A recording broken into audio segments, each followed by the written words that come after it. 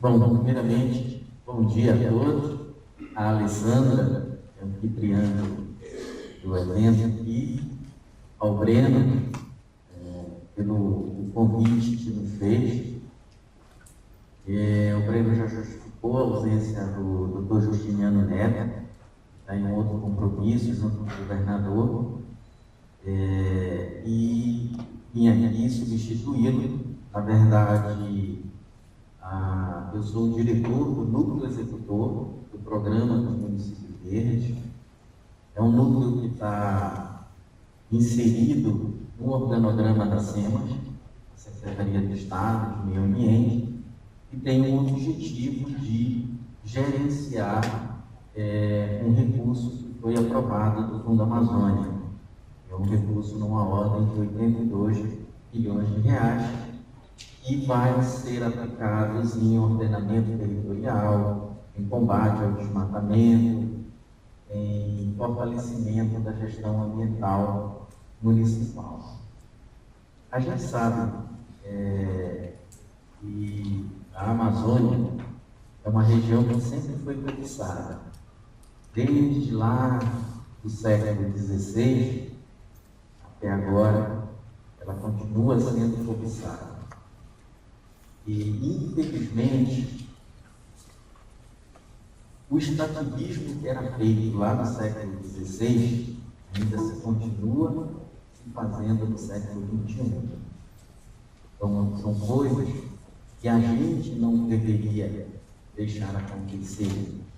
Nós que estamos aqui na região não deveríamos botar o pé no freio e realmente parar com esse extrativismo devastador, depredador, principalmente das nossas florestas. Mas, além dela, dos recursos hídricos que tem. Tá? Nós temos um potencial imenso de recursos naturais. Vocês sabem, né? Então, madeira, minério, entre outros recursos que geram essa cobiça. As pessoas vêm em busca dessa cobiça. E também tem uma infinidade de outras instituições e organizações, além das governamentais, como o IBAMA, como o SEMAS, como o próprio Ministério Público, entre outros, que fiscalizam o controle, ou seja, que são fiscais da lei. Tá? Existem instituições não governamentais que também protegem a floresta. Existem organizações internacionais que estão com foco ligado na floresta. Então, a Amazônia, nesse cenário todo, ela tem uma importância fundamental, principalmente agora que o tema são mudanças climáticas. Então, todo mundo tem uma preocupação imensa hoje com a Amazônia. Então, a partir desse princípio de que nós temos recursos naturais, esses recursos naturais, eles precisam ser explorados, mas não mais da mesma maneira que eram explorados antigamente, de um extrativismo devastador. Então, a gente precisa organizar os meios de exploração desses recursos naturais. O papel do PNV nesse processo é ele buscar essa articulação entre uma produção sustentável e o controle do desmatamento. Daí, a gente entra direto no agronegócio. Entra bastante no agronegócio, porque hoje é o que dá um rendimento mais alto. Hoje a soja está em preços que, na verdade, atraem pessoas para virem plantar na Amazônia. Os preços das terras na Amazônia são muito baratos em relação aos outros lugares do Brasil. Então, isso acaba sendo um incentivo e um avanço. Mas a gente sabe que o agronegócio não é ruim. O agronegócio, se a gente for fazer levantamentos per capita, a gente, por exemplo, tem a cidade de Lucas do Rio Verde, que o IDH é muito melhor do que o de Paragominas, que está começando o agronegócio.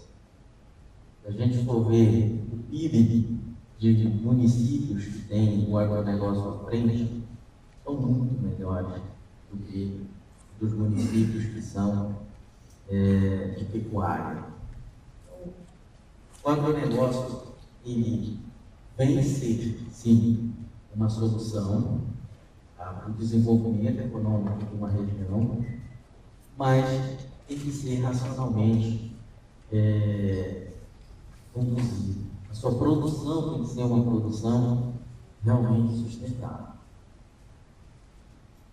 Nesse princípio, com o surgimento do PMB em 2011, a partir de uma experiência que se teve em Paragominas, onde o princípio básico foi fortalecer a gestão ambiental municipal para que o município pudesse ter o controle das suas demandas, conseguiu-se achar uma equação, um resultado de uma equação de que se cresce áreas produtivas do negócio sem que haja desmatamento de floresta nativa. Então, essa equação conseguiu se arranjar em Paragominas. E o objetivo do PMB hoje é tentar levar essa experiência aos outros municípios. Então, primeiramente, se precisa identificar quem é quem no espaço territorial do Pará. Então, é o incentivo ao cadastramento ambiental rural. Então, a gente precisa identificar nas propriedades quem que é que está em cima daquela área. Ou seja, é o primeiro passo para a questão da legalidade, para a questão de uma produção sustentável. É você mostrar quem você é.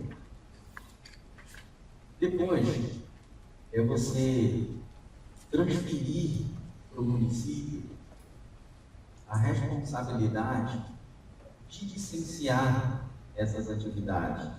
Você fortalecer a gestão ambiental nesse município, para quê?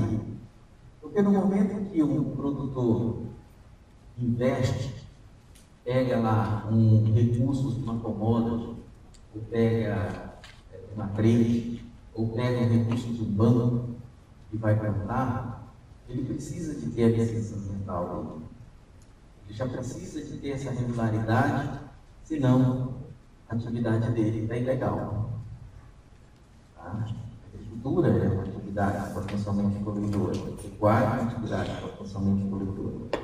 Então ele necessita de ter isso.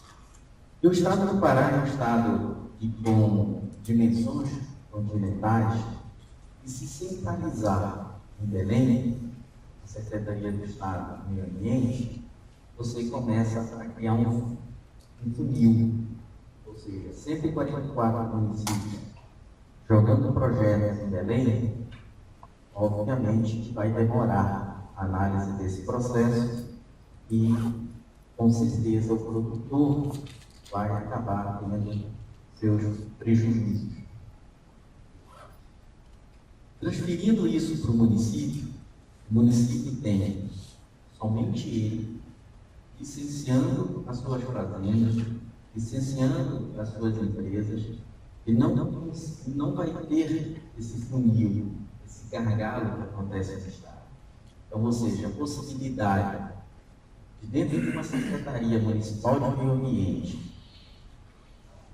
emitir uma licença em 40 dias, em 50 dias, é muito melhor do que você ter um pedido em Belém que demore 1 ano e meio, demore 2 anos.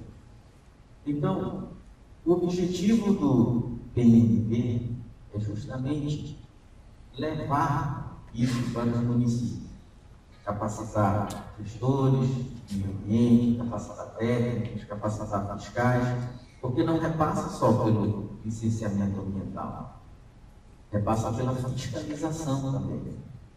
Então, vamos incentivar o produtor a produzir ambientalmente correto, mas também aquele que sair da linha vai ser punido, vai ser autuado, a área dele vai ser embargada. Então, o objetivo é fazer regularidade ambiental de uma forma, claro, responsável.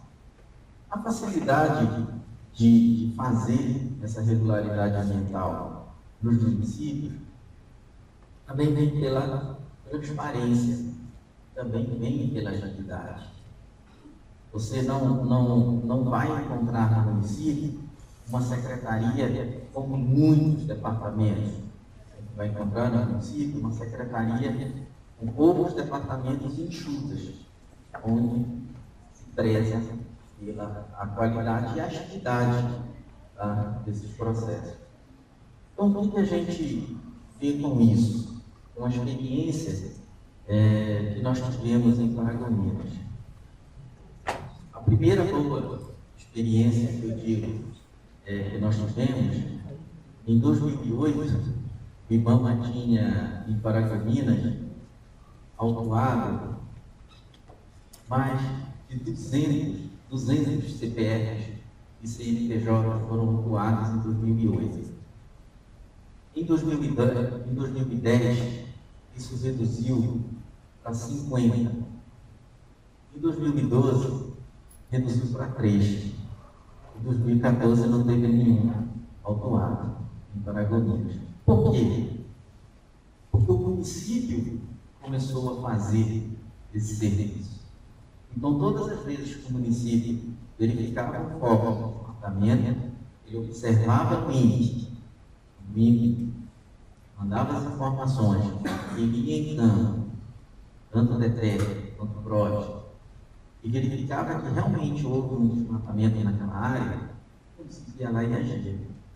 Voltava, embargava, aí caminhava para o IBAMA, o polígono foi embargado,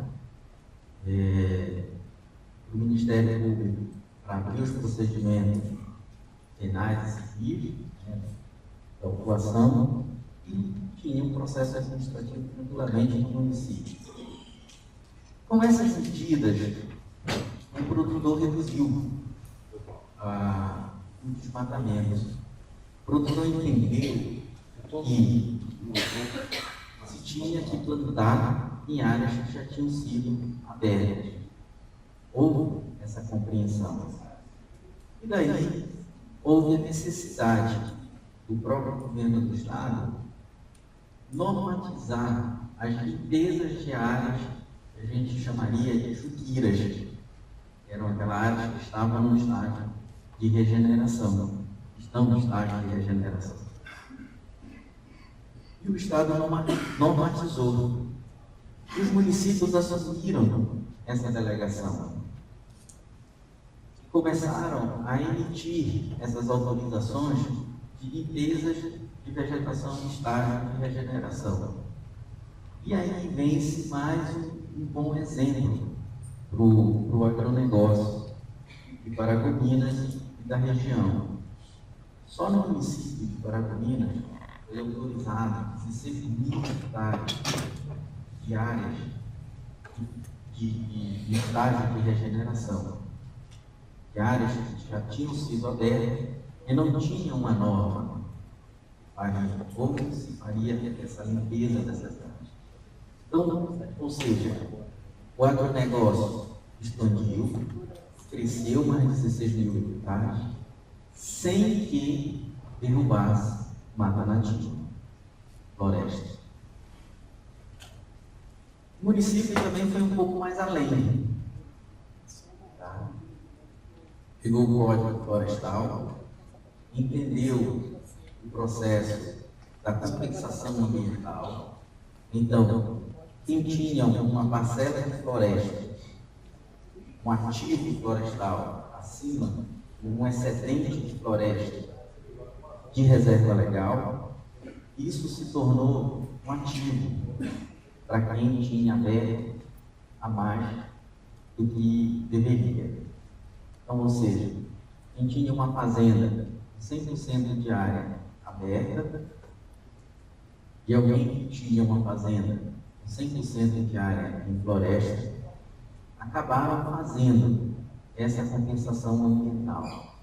50% da área de floresta tornou-se servidão ambiental para os 50% de passivo. E aí, foram mais 5.000 hectares que se cresceu em produção. Por que 5.000 hectares que se cresceu em produção? Porque os 50% que estavam abertos deveria ser reserva legal, e ele tinha a opção ou de restaurar ou de regenerar. Como tem a opção da compensação, ele optou pela compensação. Quem tem a floresta, quem teve a floresta em pé, se beneficiou da floresta em pé, porque se tornou um ativo, tornou um mercado entre particulares e, o melhor, quem ganhou com isso? Quem ganhou? O meio ambiente, a sociedade. Porque hoje ele recebe em até 15 anos, ela é averbada como servidão por 15 anos, ou seja, o código estipula como mínimo 15 anos, e aí é uma floresta preservada. Ele recebe para preservar, ele recebe para conter fogo, ele recebe para conter invasões, ele recebe para conter explorações ilegais de madeira, de rio, de Tex. Então, ou seja, são mais 5.000 hectares que estão preservados. E essas experiências que nós tivemos vendo em Minas, a gente quer levar para o município. Ou seja, para que o produtor possa ter a tranquilidade de vender o seu grão, de vender o seu boi, de vender a sua madeira, de vender o seu minério, sem que seja de área desmatada, sem que seja de área degradada, sem que seja de produto ilegal. E que o mercado internacional comece a ver a Amazônia como um celeiro de riquezas, mas de riquezas com produtos sustentáveis. É isso que é a finalidade do PIB nesse processo. Ok? Obrigado. Qualquer pergunta, está aqui à disposição.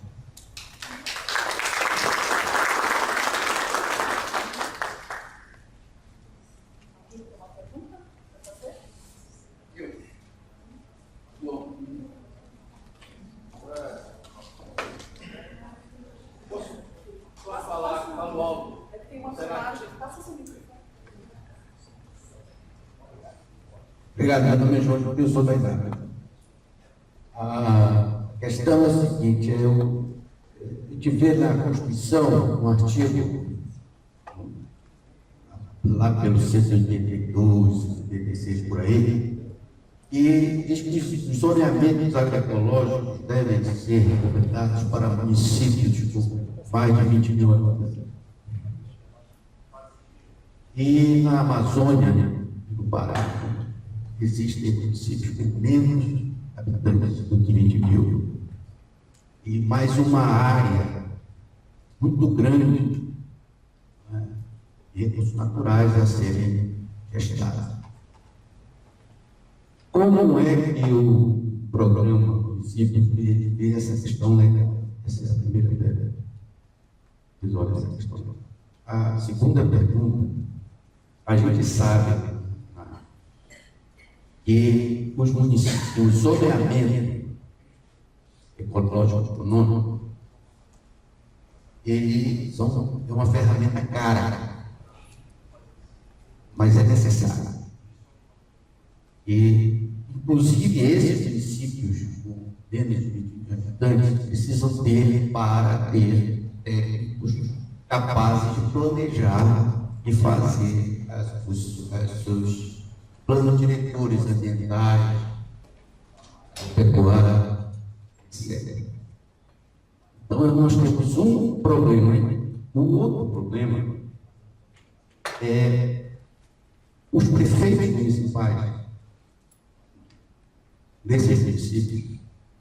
Eles, na verdade, eles não controlam, eles não têm condição legal e financeira de controlar toda a região, toda a territorialidade do município. Na verdade, eles controlam a sede do município. E, para executar, muitas vezes, uma tarefa simples, como a captação de água para a cidade, é necessário que ele se dirija a outros órgãos do desses federais, para que eles disponibilizem ou autorizem o gestor municipal para executar determinadas obras. Como é, então, o programa, né, Paraíso, Municípios Verdes, ver esses 3 grandes óbitos para desenvolver esse acompanhamento, esse monitoramento, essa gestão territorial dos municípios. Primeiro, eu queria entender porque eu acho que o zonamento agroecológico era conduzido pela Embrapa, né? Então, o programa dos municípios verdes, a gente recebia a Embrapa uma forma de apoiar, que é um programa que, com certeza, a Embrapa disponibiliza esse recurso, isso é caro, né? E com certeza a Embrapa deve disponibilizar de recursos para começar a implementar esse programa.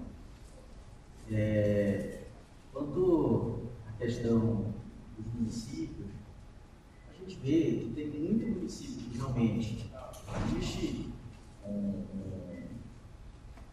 uma escassez de recursos, mas também existe muito município que se precisa ter gestão de recursos.